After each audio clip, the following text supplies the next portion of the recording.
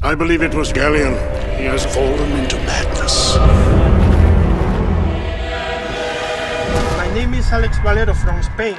We come for an interview with Mr. Boll.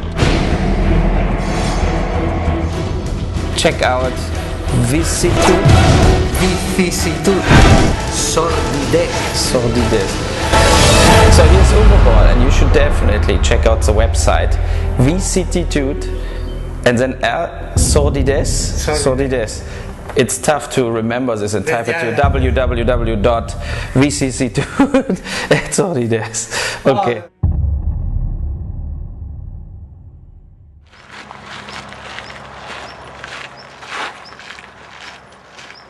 Present? Oh, thank you. Very good, Rioja. Very good.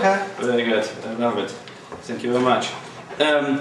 So you want to do the interview here in front of this? Be careful. Cut! From the world's most notorious director, Postal. My favorite is Postal. There are two reasons. First of all, I enjoyed breaking all the taboos, right? So in Postal, everything what you shouldn't do in a movie, we do. And I had so much fun to do that. I had so much fun to play myself also as a mini Nazi and so on, and so to play with that image that everybody thinks he financed movies with Nazi gold and this kind of stuff. So I saw it at least 25 times because of the festivals or whatever, yeah. And I always have a blast because it's like, it makes so much fun. Come see my story. Postal. Did you fear backlash from religious groups or? The problem was that France and UK, like UK, Guy Ritchie bought it. The movie, and they were super excited to release it, and then they didn't get one screen. Everybody said we cannot do it, we have too many Muslims. Uwe Boll may be an infidel, but he made a very funny film. Like, so they were scared that the Muslims would like throw stones in the windows or something. What happened in the USA? Yeah, in the USA was basically that the exhibitors are all right corner. If you're not in Regal, AMC, Cinemark and National Amusement in America, you're dead. Movies like Tunnel Rats and Seed, I think they're also my best movies. I think Seed is so consequent and so hard that it's basically something what is the final answer to movies like Hostel. I think he's totally overrated and he got hyped because Quentin Tarantino's credit on it. But if you see Hostel, you think like, okay, there are like 20 minutes torture, but the rest was was weak and was not good acting. It was not good filmmaking. The camera was not good. With my movies, get like bashed to the ground totally. And then in Eli Roth gets like hyped, where you think he's the not new god of cinema. And then you put both movies together, Blood Rain and Hostel, and I think Blood Rain is at least the by far better looking movie and technical better made movie. So you can say I like Hostel more as Blood Rain, but Blood Rain is definitely the bigger better movie. And then everybody writes Blood Rain is trash and Hostel is great. So I think it's kind of corruption in a way what in America is going on. It's really like with the music and everything, so Italo-Western idea, and a vampire movie. And now the third part will be Blood Rain Warhammer against Nazis. Since House of the Dead, I turned more into a genre filmmaker, more a technician basically. And I enjoy making a movie like this and I enjoy looking at a movie like this, but not always. From time to time you want to see something else, and also for myself. At one point I felt, okay, now I go back to scenes that are interesting for me. I was very interested in Vietnam War. So I felt like about the tunnels in Cu Chi, the 260 kilometer tunnels, were the reason why America lost the war.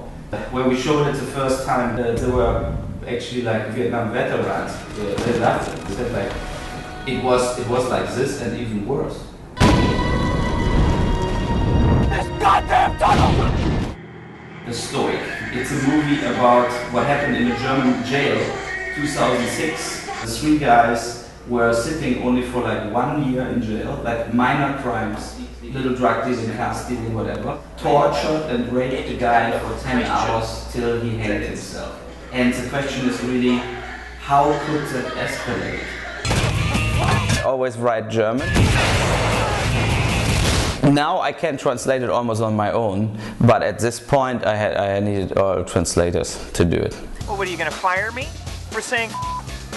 Well, you. During the shoot of the movie, I don't go in the editing room, and then I go in the editing room and I give him my overall ideas, what I think is very important in the movie, what maybe parts or scenes should move from the script. But what I don't do is I don't stay with him in the editing room 8 hours a day or something. The good thing is with good editors, you give these guys a little more freedom. They make it better. In the beginning we had a lot of German investors. My movies are financed with Nazi gold and tax breaks investors also. But this stopped 2005. Yeah. Then my company went public in the stock market, so we have some money from the stock market. And then because we were in the stock market, our line of credit gets up. 100 virgins, they promised you 100. Maybe the exact number of virgins is not precise. With the tax break money, it's basically if you recoup 50% of the money, nobody flips out. But with now, you have to recoup your money. You cannot spend $1 million and you make 600,000 back. It's a disaster. Life has never been so exciting. On Alone in the Dark 2, I was very involved. I gave a lot of input, brought actors in, and later in the editing I had my notes and we changed stuff. But I was not a lot of time on set. They would feel like also the actors would maybe don't know to what person they should talk now. So the next 2 movies I want to do is Janjaweed, about the Darfur, Sudan. We all said after Rwanda, oh, it should never happen again. And now in Darfur, the thing happens exactly like this. And nobody is doing anything because everybody says, Iraq, Afghanistan, it's enough. We don't want to do anything. Yeah. So, and it's kind of shocking. And I will do a movie, Rampage. What I also wrote. The idea was like you have a guy, a normal student, lives still at home with his parents, and they think he's a loser. And one morning, basically, he pulls out of the basement something what he manufactured on his own, like a full bulletproof body armor, like with a helmet and everything, so that you cannot shoot him. He goes in the inner city and starts shooting people. So you think like, okay, it's a rampage. The guy flips out, he kills everybody. But then he walks to his car, pulls out the remote control, and another car starts driving with the remote control in the police office, and he blows the whole police office away. And then you think like, oops, like this guy planned it. And the guy is a completely genius, basically, and so I felt like it's a very dark idea from me, but I think it's a very cool movie where you, as an audience, you sit there and you think like, holy shit, I cannot believe it. I look all the movies and I make my own judgments, and I just saw Hancock, for example, a few days ago. I think it has a great setup, very good CGI, really funny in a lot of, but then it gets a little lost with the Charlize Theron character. I don't think that it was a good idea. They don't know what to do after they have made all the jokes. Exactly. They think they have to tell a big like drama, what was not necessary. I could enjoy the comedy factor more, and I saw Indiana Jones. I think if I would made Indiana Jones 4, they would put me in the mental ill hospital for it. Okay, they did it old-fashioned, right? But because of Lucas and Spielberg. But you can also say they just made a very stupid adventure movie with the whole car chase in the jungle, where all the cars driving parallel and they fencing and if look. It was a Uwe Boll movie on internet, it would have. I would be bashed to the ground, bashed to the ground for that. The best movies of the last few months was No Country for Old Men, There Will Be Blood, and Before the Devil Know You're Dead. If movies like this tank, it's a good sign that nothing works anymore without the advertising. Everybody should buy my book, How to Fire an Employee Without Making Him Go Postal. The tendency is the studios doing less movies, the daughter companies getting killed, like Paramount Vantage and New Line and whatever, so everybody dissolves. And where are the edgy movies? Where are the movies that are not PG-13? Where are the movies they're not turning into cliché?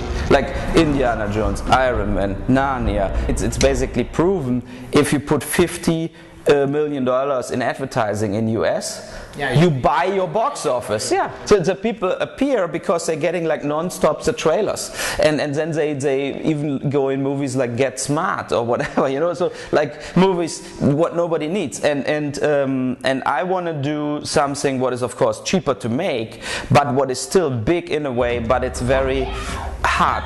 So, and I hope there is enough audience, at least they say, okay, I want to see that kind of edgy movie.